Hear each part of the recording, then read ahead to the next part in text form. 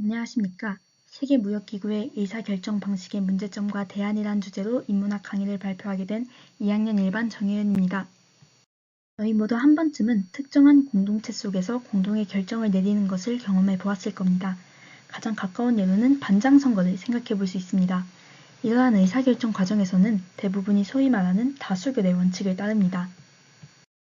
여기서 다수결이란 표결자의 절반 이상이 동의하는 다수가 선택하여 결정하는 원리를 이야기합니다. 다수결의 원칙이 작용될 때에는 각 개인의 의사가 모두 똑같은 가치를 가지게 됩니다. 그럼 투표의 권리를 가진 주체가 개인이 아니라 한 국가일 때는 어떻게 의사결정이 내려지게 되는 걸까요? 모든 국가가 같은 크기의 힘을 행사하게 될까요? 이를 알아보기 위하여 세계무역기구인 WTO의 의사결정 방식에 대해 알아보도록 하겠습니다. 현재 WTO에서는 기본적으로 컨센서스, 즉 합의의 방식으로 모든 공식적인 기구 차원의 결정을 수행하고 있습니다. 모든 국가의 찬성을 요하는 만장일치 방식과는 달리 WTO에서 요하는 합의라는 방식은 특정한 사항에 대해 명시적으로 반대하는 회원국이 없는 것을 의미하는데요. 회원국이 불참한 경우에도 반대가 아닌 찬성으로 간주하게 됩니다. 이러한 합의 방법은 보기에는 문제가 없는 타당한 방법처럼 보이나 실제로는 여러 가지 문제점이 존재합니다.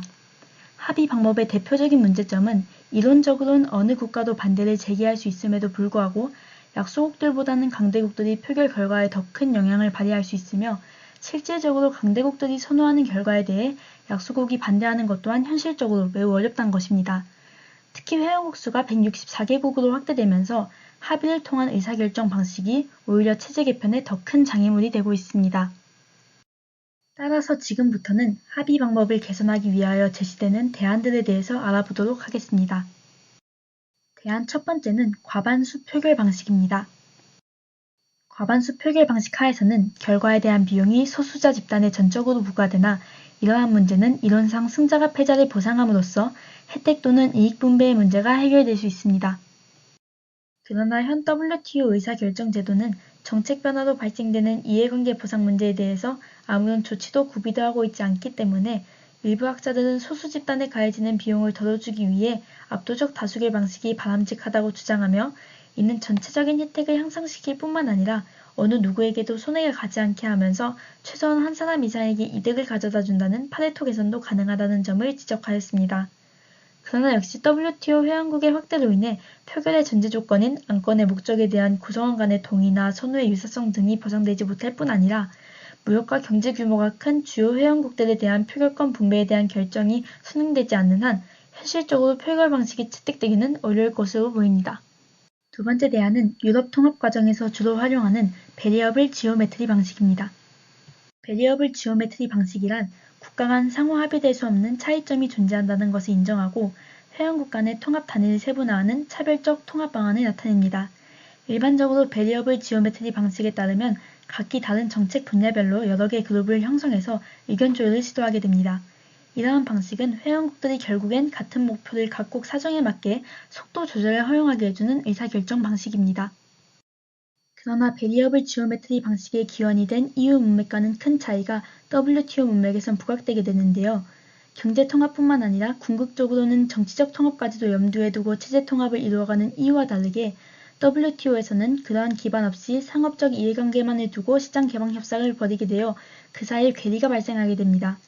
이런 구조적인 괴리는 원론적인 측면에서는 WTO 회원국들이 베리어블 지오메트리 방식의 협상에 대해 처음에는 일반적인 지지를 보이나 나중에 구체적인 개방안 합의 단계에서는 실질적으로 이를 수용하지 않는 이중적 성향을 보이는 현상의 주된 원인이 되고 있습니다. 마지막 대안은 크리티컬 매스에 의한 결정 방식입니다.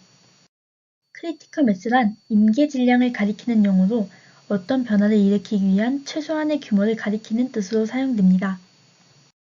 크리티컬 매스에 따른 의사결정은 전체 회원국을 대표하진 않으나 충분한 수의 회원국들이 공동의 협력 방안에 동의하는 경우 이를 채택하는 의사결정 방식입니다.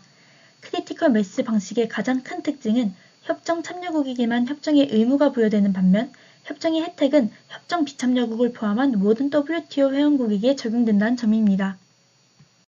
즉, 협정의 혜택은 최애국 대우 원칙에 따라 협정 참가 여부와 무관하게 모든 WTO 회원국에게 적용됩니다. 이러한 크리티컬 매스 방법은 유연한 의사결정 규칙, 거래 비용 부담의 감소, 다양한 의지의 간소화를 통해 현 WTO 체제상 의사결정 문제를 해결할 수 있지만 반면 협정 비참여국이 협정의 의무 이행에 대한 책임은 없으면서 협정의 무역 잔류화 혜택을 누릴 수 있기 때문에 무임승차 문제가 발생하게 된다는 단점이 있습니다. 지금까지 현 WTO의 의사결정 방식의 문제점과 개선 방안에 대해서 알아보았습니다. 여러분은 어떤 방법이 가장 좋다고 생각되시나요? 쉽게 답을 내릴 수 없는 문제입니다.